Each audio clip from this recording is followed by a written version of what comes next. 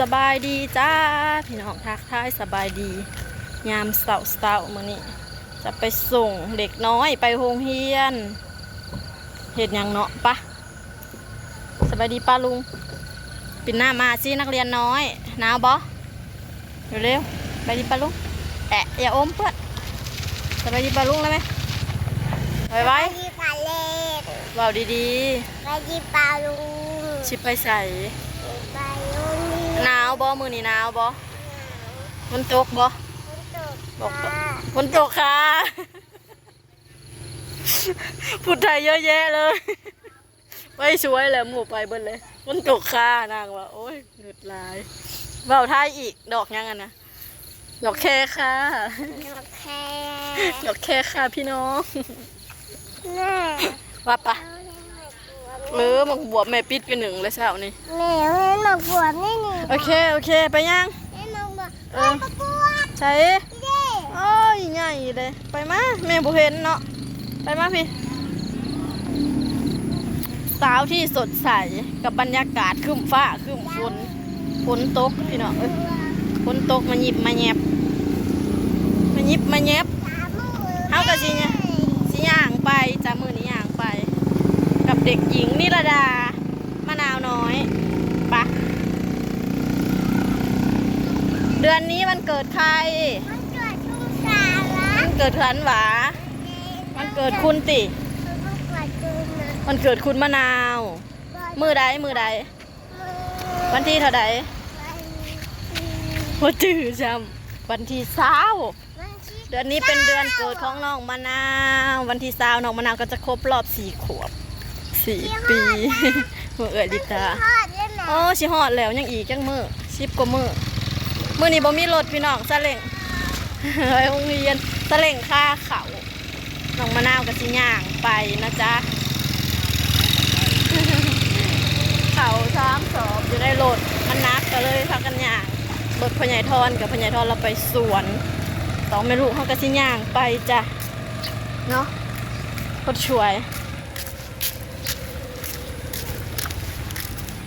มากบ่ไผ่งามอีแม่กับหลาไผ่งามกว่ากัน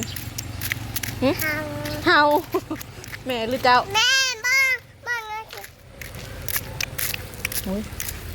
ห้องเพลงดูก็ไก่ฮอดห้องเฮือนให้ปลาลุงฟังเบิ่งดูเร็วเขาห้องเฮียนนะไก่ยังเนี้น้องเชลเล็กก็เป็นก็ไก่ด้วยจ้ะไก่บ่ได้เขียนเอาว้าวดูท่องก็ไก่หอนเฮือนดู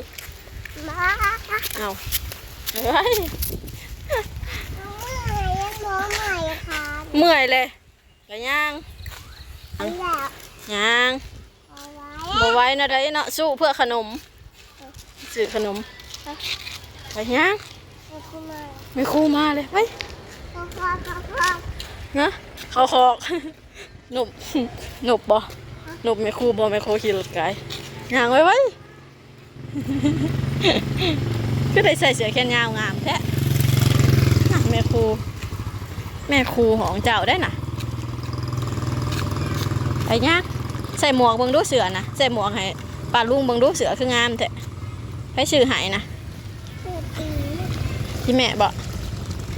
สวยมากพี่น้ำมาด้วยน่ารักยักษ์ที่หอดเลยปุ๊บไปจะได้พ้นที่ห้ามหัวผู้บ่าวไปโรงเรียนนำผู้บ่าวเห็นบอกผู้บ่าวยังผู้บ่าวกินยังไปโรงเรียนเด้อย่างไว้ย่างชาแท้โตนะไปโรงเรียนเด้อผู้บ่าวเอ้ย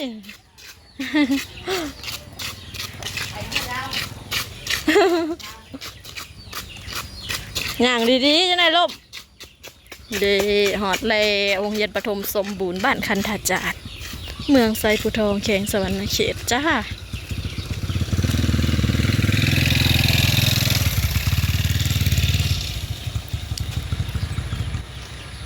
อย่างไว้ยังจิบทันหมู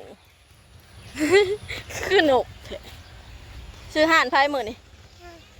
ฮะซื้อห่านใดได้เงินจักพัน บ่เลยมีเงินช้ำลีกรถ ลาย ยังนี่สิบ่ฮอดจักเทื่อดอก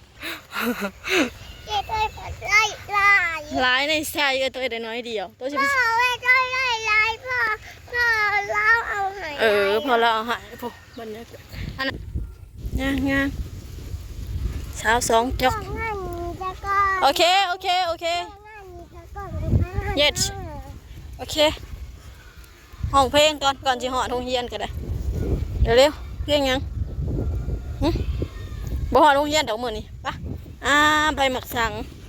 ใส่สุปอันน่ะใส่สุปหน่อไม้ใส่หมกหน่อไม้เอา แล้วคุณนกจะทะเล สิฮอดโรงเรียนกี่โมงวะ กี่โมง ชื่ออะไรชื่อเจ้านะนางนิรดาโอเคชื่อตัวเองได้อยู่เนาะนางนิรดามะนาววะ ตัวคุมตัวคุมอีกแล้ว อายกับเอื่อยนะไปก่อนแล้วเขาหอเลยนอกนะฮะเขามาไปเบิ่งหมู่จักคนอยู่หองฮะ มันไม่มีมู มีหมู่เขาหองเบิ่เลยยังเด็ดโตนั่นละเขาหองเต้นด้วยเต้นเพลงยังตัวเต้นมือนั่นนะฮะเต้นอะไรก็บอกดาวติ๊กตอกได้นี่ดาวติ๊กตอกหน่อย